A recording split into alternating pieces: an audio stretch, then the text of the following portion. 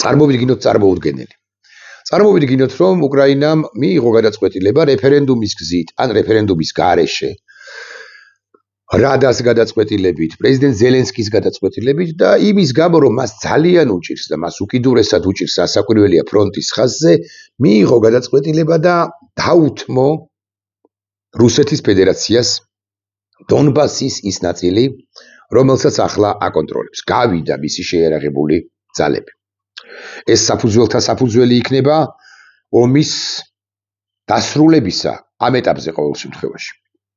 წარმოვიდგინოთ წარმოუდგენელი და ვთქვათ, რომ ამის შედეგად უკრაინის შეიარაღებულმა ძალებმა სულაც არ გააკრიტიკეს და გააკრიტიკეს ვინ სჩივის.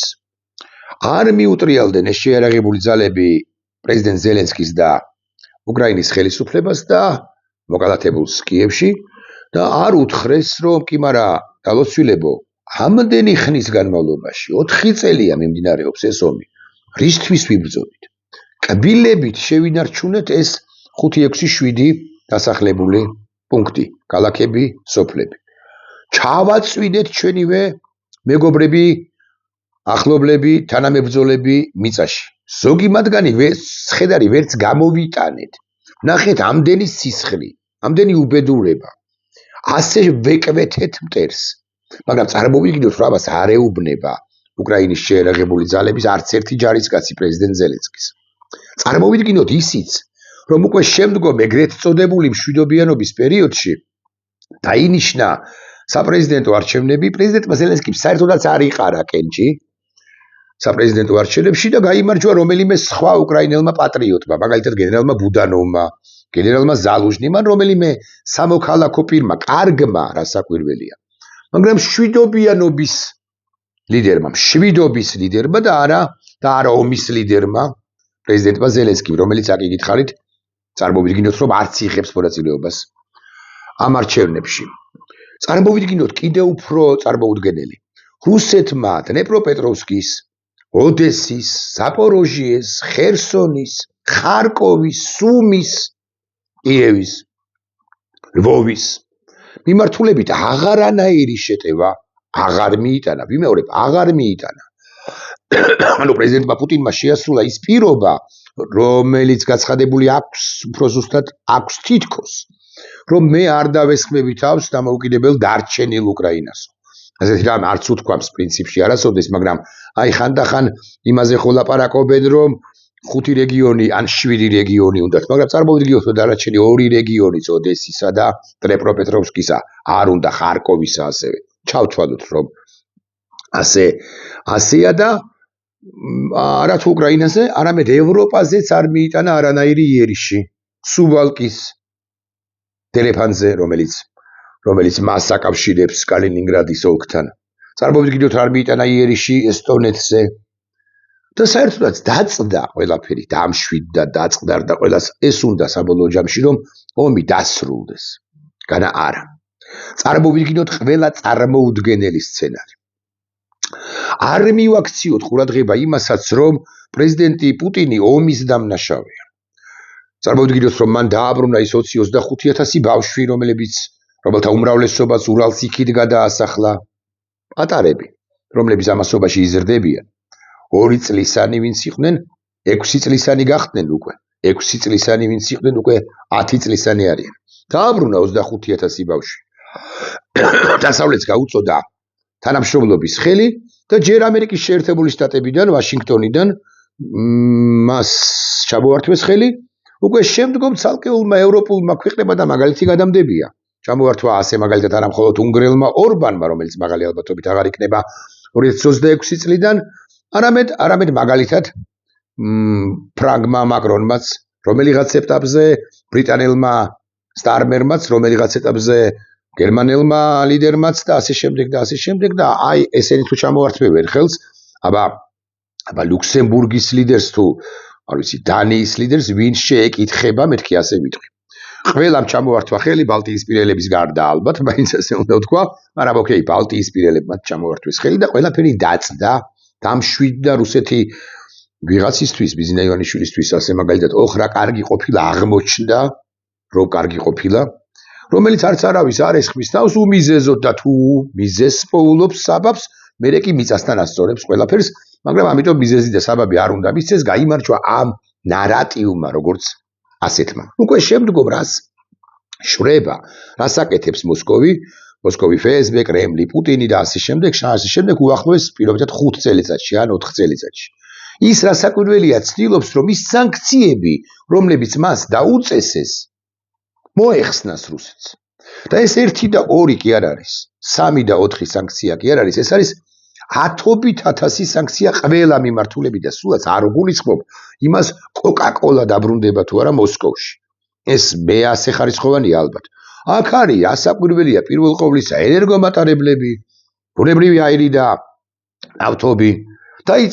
გაიწყო განახლდა აღებმიცემობა რუსეთსა და დასავლეთ შორის. ევროპა შედარებით როგორც ჩანს, შედარებით გვიან დაუბრუნდება საწყის მდგომარეობას, მაგრამ წარმოვიდგინოთ ეს მდგომარეობა 2030 წელია, პუტინი 4 წლით მოხუცებულია და მიაღწია მან ევროპელ მომავალ ლიდერებთან შესახმებას იმის თაობაზე, რომ გერმანელები ასე მაგალითად მიიღებენ ბუნებრივ აირს და ყველა კმაყოფილია ჩავთვალოთ, რომ ასეა, დამშვიდდეთ, დავწყდარდეთ. უკრაინა შეეგუა იმას, რომ ესოდენ მნიშვნელოვანი 5 რეგიონი, ეს არის ხერსონი, ნაწილობრივ თუნდაც ზაპოროჟიე, ნაწილობრივ თუნდაც აგრეთვე ზაპოროჟიეს ელექტროსადგურის ამასობაში, ატომური ელექტროსადგური, ეს უნდა ვთქვათ, აგრეთვე დონეცკი, აგრეთვე ლუხანსკი, აგრეთვე ყირიმი, ხო ამას ხო შეგუებულია პრინციპშიო ვინმე იტყვის. ხო გადაეცა რუსეთს ახალი მსოფლიო წესრიგი შეიქმნა, ძალთა ბალანსი ახლებური გააზრებით, იქ ჩინეთმაც თავისი ამბიციები დაიკმაყოფილა ყოველ შემთხვევაში ამ ეტაპზე, რუსეთმაც დაიკმაყოფილა, რაღაცა ურთიერთობა აღდგა რუსეთსა და ირანს შორის, რაღაცა კი არა, ესეთი სერიოზული მსუყი. ამის შედეგად რუსეთი ეგრა მაგის პასუხია და ახლო აღმოსავლეთშიც რომ ცდილობს, უპირველეს ყოვლისა კავკასიის გავლით, კავკასიაში და მერე უკვე ახლო აღმოსავლეთში რომ ცდილობს დაბრუნებას, ჯანდაბას ჩვენი თავი კაცო. და ჩვენს რაღაც რუსეთის აი ამ მრავალპოლუსურ სამყაროში რუსეთის ფრთებს მოვეკეცით და არა თუ ამერიკა, არამედ ევროპაც, ან არა თუ ევროპა, არამედ ამერიკაც აღარ გვაქცევს ყურადღებას, იმიტომ რომ გავლენის სფეროებია რუსულ-ჩინური, რუსულ-ჩინურ-ირანული, კავკასიის რეგიონში თურქულიც რასაკვირველია, ინტერესების ბალანსია ჩვენ, მე-7 ხარისხოვანი ქვეყანა ვართ, ჩვენი სუვერენიტეტიც ისეთია, თან არის და თან არ არის ყველაფერი წარმოვიდგინოთ, მოკლედ, რაც რუსეთს აწყობს და რაც რუსეთს უნდა.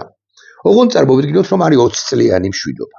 ან თუ გნებავთ 30 წლიანი მშვიდობა და დადგა ან დგება 2056 წლის 1 იანვარი, ან 2056 წლის ისევ იმ თარიღს ვახსენებ 24 თებერვალი. და 2055 წლის ნოემბრიდან რუსეთის მომავალი ლიდერი რას აპირებს ან რას გააკეთებს როგორ გონიათ. ეს მომავალი ლიდერი გვარად პუტინი არ არის. პირობითად არის ის ივანოვი, პეტროვი, სიდოროვი, ნებისმიერი სხვა გვარის წარმომადგენელი. არ არის არც ერთ შემთხვევაში პუტინი. საერთოდაც ეს პუტინი 30 წლის შემდეგ მაღალი ალბათობით საერთოდაც მკვდარია. და არ ვიცი რამდენად არის შესვენებული ლენინის გვერდით მავზოლეუმში, ალბათ მაინც არა, მაგრამ იქ კრემლის კედელთან კი მიკრძალულია სტალინთან ერთად.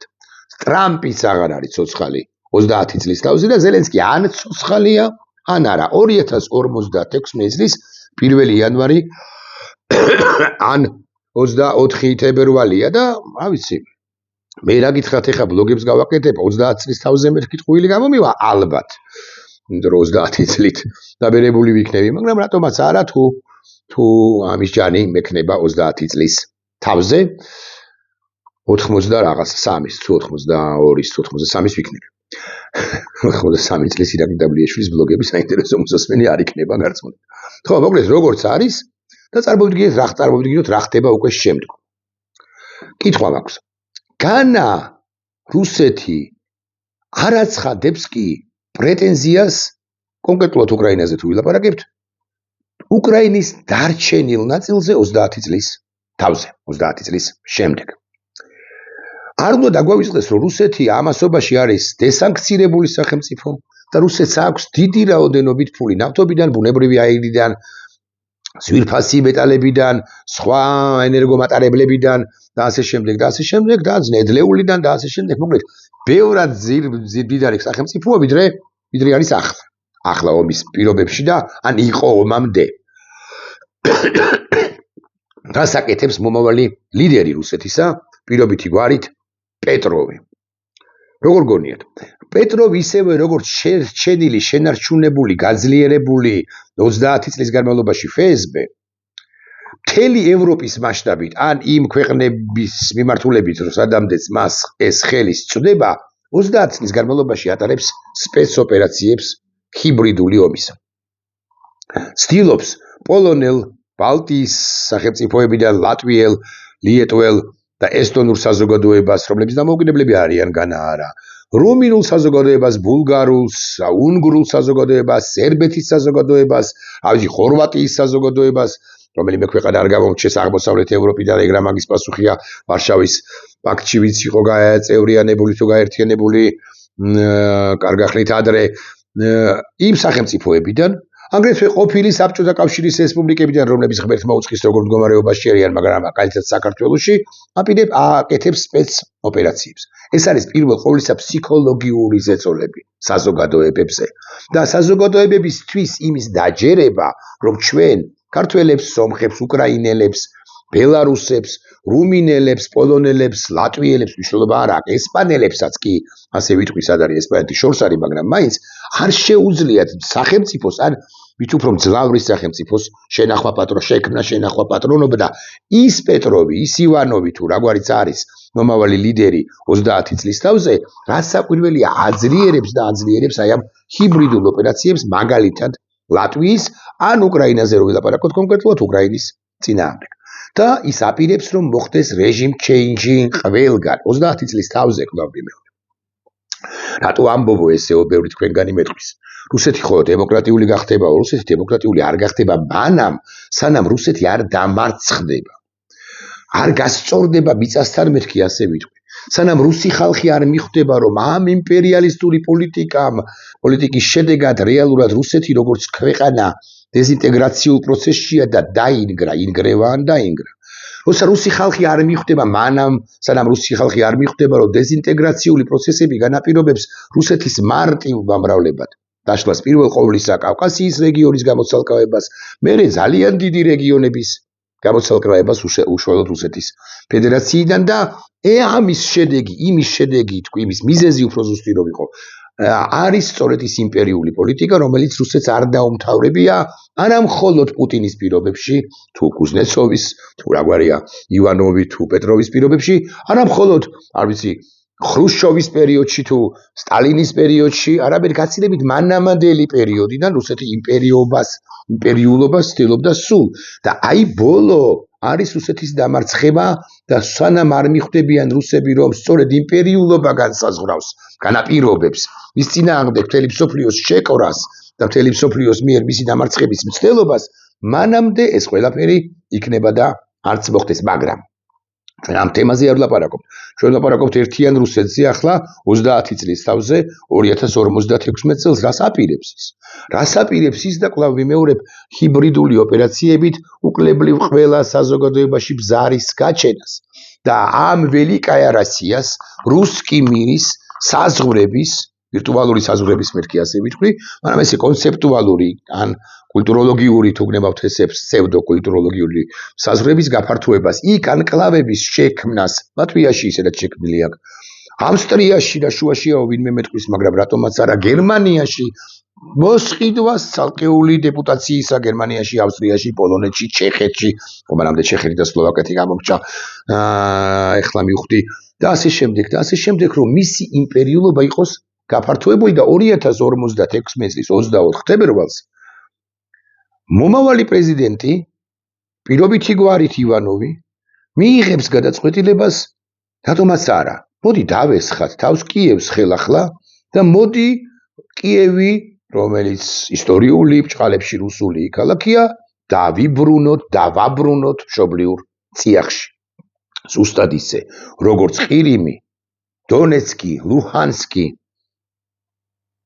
ზაპოროჟიე, ხერსონი და სხვა პატარ-პატარა ან არც თუ პატარა ქალაქები და სოფლები დაიბრუნა ჩვენმა წინამორბედმა დიდმა ვლადიმირ პუტინმა, რომელიც ან ლენინის გვერდზეა მისვენებული 30 წლის თავზე მავზოლეუმში, ან კრემლის კედელთან არის დაკრძალული სტალინის გვერდით და თუ სტალინთან მიაქვთ იმხანად 2056 წელს მაგალითად 20 ვარდი, პუტინთან უკვე მიაქვთ 140 ვარდი მის საფლავზე მიაყარიან ხოლმე და ტირიან კიდეც და დიდ ამბებსაც უძღვნიან ამ პირს, რომელიც არის საბირатель земель русских, но до конца все-таки это не смог. ანუ რუსული მიწების შემომკრებია და ბოლომდე კი ვერ მოახერხა მან ამ მომავალი მუსების გააზრებით, მოდის ვიხდი ერთ წამს ამასობაში როგორი საინტერესო მესიჯი მომივიდა, შესაძლოა ვწდები. ხო, არა სხვა არის ავტორი ამ მესიჯისა, ამიტომ გავარებოთ ამ ყველაფერს. დავი, მოკლედ, აი ეს არის რეალობა. ახლა ისმის კითხვა, როცა რუსეთი ესოდენ დასუსტებულია, და როცა ადამიანებს უჭირავთ ხელში ჭოგრიტი და უყურებენ რუსეთს, ან განჭვრეტენ, როგორი შეიძლება იყოს ეს რუსეთი გარკვეული პერიოდის შემდეგ, რატომ არ უნდა დაამარცხონ რუსეთი დღეს და ახლა და სად შეიძლება დაამარცხდეს რუსეთი? არსად სხვაგან გარდა უკრაინისა. ჩეხეთს რომ დასხმო, ფინეთს რომ დასხმოდა თავს, ფინეთი გაცილებით ადრე დამარცხდებოდა და დანებდებოდა იმხანად ნეიტრალური ფინეთის ხოთა შორის, ვიდრე მარცხდება საერთოდ უკრაინა.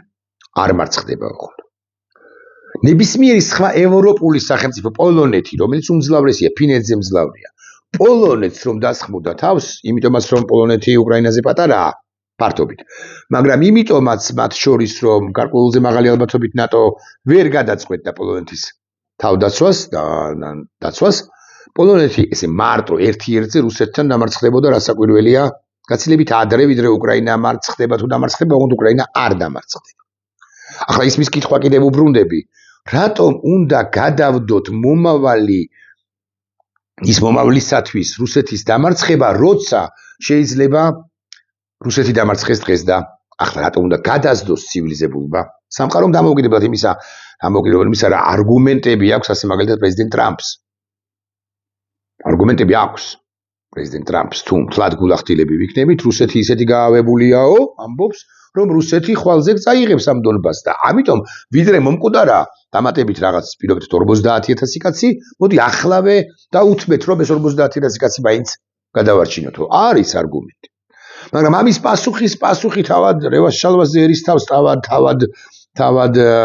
დონალდ ტრამპს, ასეთი უნდა დავახვედროთ, ალბათ, რა უნდა დავახვედრო, უკრაინელებმა უნდა დაახვედრონ და ალბათ ახვედრებენ კიდეც რომ. კი, მაგრამ თუ თქვენ მოგცემთ ამ და ამ კონკრეტულ იარაღს, ამის შედეგად რუსეთს შევერკინებით და რუსეთს უკუვაგდებთ გარკვეული პერიოდის შემდეგ და მისი ამბიციები იქნება და ჩაცხრეს, თუმცა ამას რო ვამბობთ, აბისიც თავადაც არ გვჯერა ხანდახან იმდენად გაავებული და გაიმპერიებული, როდის არ იყო იმპერია, მაგრამ გაიმპერიებული, დამატებით გააგრესიულებული ქვეყანაა რუსეთი. დიახ, რუსეთის დამარცხება, არა მასთან მორიგება, გარიგება, შერიგება და ასე შემდეგ, არამედ რუსეთის დამარცხება გამოსავალი ამ კონფლიქტისა და ამ კონფლიქტიდან, ამ ომიდან გამოსავალი. მწუხვარ და სამწუხაროა, რომ დასავლეთს კი არა კონკრეტულად შეერთებულ შტატებს ეს არ ანაკლებად აქვს გააზრებული, პრინციპში ევროპასაც სიმართლე გითხრათ, რომელიც ბოლო ხანებია მილიტარისტულ გზას ადგას და მილიტარიზმი რასაკვირველია ესე ცალკე რომ აიღო ცუდია, მაგრამ მილიტარიზმი კონტექსტში რომ ჩასვა რასაკვირველია ადეკვატურია, იმიტომ რომ ევროპაში შობს რომ რუსეთი არა თუ 2026 კი არა 2056, არამედ 2027-2028-2030 წელს დაესწრება თავს ევროპის აღმოსავლეთ ფლანგის რამდენიმე სახელმწიფოს ერთდროულად ან ცალ-ცალკე. და კიდევ უფრო დიდი თავსატეხი იქნება ეს ევროპისათვის ბარემ ვიტყვი, რომ თუ დღეს მოცემულ ეტაპზე რუსეთს დაუთმობენ და ომი 30 წლის თავზე განახლდება, სხვერპლი როგორც ასეთი იქნება ბევრად მეტი, ხაზს ვამბობ ამას, 2056 წელს, ვიდრე არის, ან იქნება, ახლა რომ გაგრძელდეს, ომი თუ ახლა ორივე მხარემ დაკარგა, ცოტა გადავამეტებ თქვენ ისნებართ 2 მილიონი მშვიდობიანი მოქალაქე და ამავდროულად უკრაინელებმა დაკარგეს მშვიდობიანი მოქალაქეები, რუსებს არ დაუგარგავთ. და ამავდროულად სამხედრო მოსამსახურე თუ ახლა მართლაც კვირის განმავლობაში 7 და შეიძლება 10,000 ჯარისკაციც კი იღუპება და ეს მართლა 40,000-ია და კატასტროფული რაოდენობა, რასაკვირველი ორივე მხრიდან, თუნდაც ასე ვიტყვი. უკვე 2056 წლის თებერვალში რომ მოინდომებს კიევის აღებას, მოსკოვი ძალისმიერი გზით, პირობითად კიევის შესაძლოა ვარშავის, შესაძლოა ვილნიუსის, მსხვერპლი იქნება 30 წლის თავზე. არა კვირაში 10, არამედ კვირაში 50,000, იმიტომ რომ შეეწირებიან ადამიანები თავისუფლებას, კეთილდღეობა ხო წარმოგიდგენიათ რამდენად დიდი იქნება ევროპის კონტინენტზე 2056 წლისათვის, ანუ 30 წლის თავზე და ასე შემდეგ.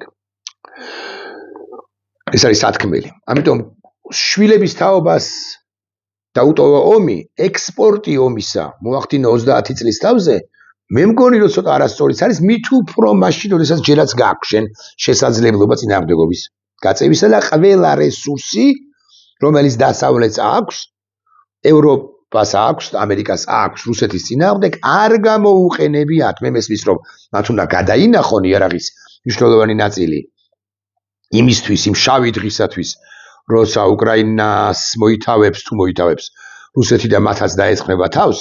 მე მესმის ეს არგუმენტი აბსოლუტურად, მაგრამ იმ მარაგებიდან, რომლებიც მას ამერიკის შეერთებულ შტატებს ასე მაგალითად ჭყალებში არ სჭირდება და უკრაინისთვის შეიძლება მათი გამეტება, იმ მარაგებიდანაც კი პროცენტებს ვერ დაგისახელებთ, ესე ზუსტად, მაგრამ დაახლოებით 5% აქვს გადაცემული მთელი ამ 4 წლის განმავლობაში, შესაბამისად 95% სულაც არ აქვს გადაცემული, არც წიმე ტექნიკისა, არც ავიაციისა, არც დრონებისა, არც რაკეტებისა, არც არაფრისა, კონკრეტულად შეერთებულ შტატებს და ევროპასაც, რომელიც გასაკვირველია მერკელიადამ მიასუსტა.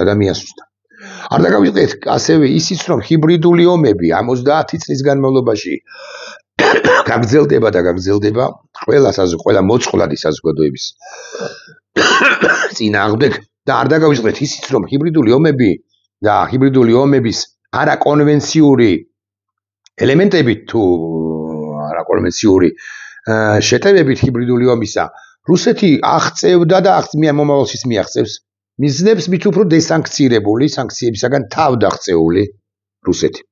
ამაზე კარგად მე მგონი ვერავინ ვერ ახსნის, არა, ჩემზე კარგად ახსნის, მაგრამ ასე მარტივად უნდა ავხსნათ ხოლმე ბევრი რამ. ასე მარტივად უნდა ვილაპარაკოთ სწორედაც რომ და ავხსნათ მათ შორის ქართულ საზოგადოებასაც, რომ თუ რუსეთი ახლა გაიმარჯვებს თუნდაც იმ პირობებით, რა პირობებსაც თვითონ აყენებს, ახლა უკრაინაში გაიმარჯვებს, ის მერე უკვე ჩვენი საერთო ქვეყნის წინააღმდეგ ან ჰიბრიდული დამატებითი ომის ელემენტებით კონვენციონის გარდა, ან საერთოდაც კონვენციური ომით წამოვა საქართველოზე და თუ უკრაინა უძლებს 4 წელია საქართველო ბიზნეს ივანიშვილის პირობებში 4 საათსაც ვერც გაუძლებს და არც გაუძლებს ხელაწეული გამოვა საკუთარ აბასტუმნის რეზიდენცია სახლთან ბიზნეს ივანიშვილი და ეს ისედაც ახლომხედველი კაცი, არაშორსწრეთელი კაცი, იტყვის რომ პაჟალუსტა მობრძანდით აქ და აიღეთ ეს საქართველო, რასაც გინდათ იმას გავაკეთებო და რაღაცა ლოგიკა რომ არ დაინგრეს ეს ქვეყანა, ხო? იქნება მის არგუმენტებშიც არიან ადამიანები, რომლებიც ვიშის მთავრობასაც კი ამართლებენ მეორე მსოფლიო ომის დროინდელს საფრანგეთში, თუმცა მე რასაკვირველია ვიშის მთავრობისკენ არამც არ ვიქნებოდი კი არა, ხო, ვიშის მთავრობისკენ ყოფნა რასაკვირველი არის არასწორი და არასწორი, თუმცა არიან ადამიანები, რომლებიც ამბობენ რომ ეს უნდა გაეკეთებინა ვიშის მთავრობას, აბა რა უნდა ეკნა. კარგი, შორს წამგვიყვანს ახლა მეორე მსოფლიო ომზე ლაპარაკი და საფრანგეთზე და სტრატეგიაზე, არა მხოლოდ საფრანგეთში, არამედ სხვა ქვეყნებმაც პრინციპში თქვეს, რომ არ შეეწინააღმდეგებიან გერმანიას, იმ დროინდელს ნაცისტურს და ამით გადაარჩინეს მათი საკუთარი ქვეყნები მაგრამ მე მაინც ესე ვიტყოდი რომ გადაარჩინეს თითქოს მე ომისკენ არავის არ მოუწოდებ უბრალოდ მე მინდა ავხსნა რომ უკრაინა რომელიც ომშია და რაღაი ომშია ასე ვიტყვი ის იცავს ჩვენს უსაფრთხოებასაც და მისი კომაგობა გარდაულა დაუცილებელია რა ხდება 2056 წელს რა ხდება და იმ შემთხვევაშიც კი თუ რუსეთი დღესვე იძლევა პირობას რომ არც არავის არ დაესწრება თავს ამ 30 წლის განმავლობაში რუსეთი პუტინი ერთი ხანმა მე უკვე სხვა რომელიმე სხვა პუტინი სხვა ივანოვი სხვა პეტროვი არ ღვევენ მიცემულ პირობას ზუსტად ისე როგორც დაარღვიეს მათ უკრაინასთან იმართებაში 2022 წელს გეხსოვებათ არ ვიცი უფრო სწორად გახსოვთ თუ არა 2001 წელს ასე მაგალითად პუტინი ამბობს რომ ყირიმს როგორ დავესხმები თავს რას ამბობთ უკრაინა это единое государство ერთიანი სახელმწიფოა თუნდა იმასაც კი ამბობს თუნდა ნატოში შესულაო მე რა ხელი მაქვსო რუსეთს ვინ ეკითხებაო ეს არის თავდასხმამდე 2021-22 წლით ადრე მისი სიტყვები ანუ მე არაფერს არ ვამეტებ ხო მისი სიტყვები მედიაის საშუალებში ღია წყაროებში YouTube-ზე ისერჩება და დავსერჩოთ პუტინ აკრიმე და აი პუტინი ყირიმის თაობაზე ხო და იქ ოდნავადრინდელ ვიდეოებს თუ ჩავხედავთ ამასაც აღბობა ჩემთ მაგრამ 2014 წელს ყირიმი აიღეს 2022 წელს განარჩენ უკრაინას შეუტიეს არ უნდა ენდო ეს მინდა გითხრათ რუსეთს არც ერთ შემთხვევაში იმიტომ რომ პუტინი იქნება თუ ავისი ივანოვი მართლა ხო თუ იყურები ჭოგრითში და მომავალს აკვირდები ხო შენ აღმოაჩენ რომ რუსეთი საშინელი ქვეყანაა და რუსეთს უნდა რომ დაანგრიოს ყველაფერი გარშემო ვის რასაც სადამდე ხელი მიუწვდება და რასაც სუვერენიტეტის ნიშან სვეტი და ნიშან წყალი აქვს და მათ შორის დაანგრიოს შენი ისტორიაც გაჩვენებდით ერთ ვიდეოს ახლა რომელიც გავაზიარე Facebook-ზე მაგრამ არა აქვს ახლა მნიშვნელობა ანუ როგორ გინგრებს ისტორიას მაგრამ ახლა რო არავირიოთ თქვენის ნებართვით გადავდოთ საომავლოდ იმ ვიდეოს მიმოხილვა თუ დაგვრჩა რასაკვირველია თქვენ კი მინდა გითხრათ არენდოთ რუსებს და არენდოთ ქართულ გვარიან რუსებს რომლებიც მობაზე და ერთობაზე გელაპარაკებიან სულ ოღონდ ღალატი და რუსების წინაშე თავდახრა იგულისხმება ამ ძმობასა და ერთობაში ნახვამდის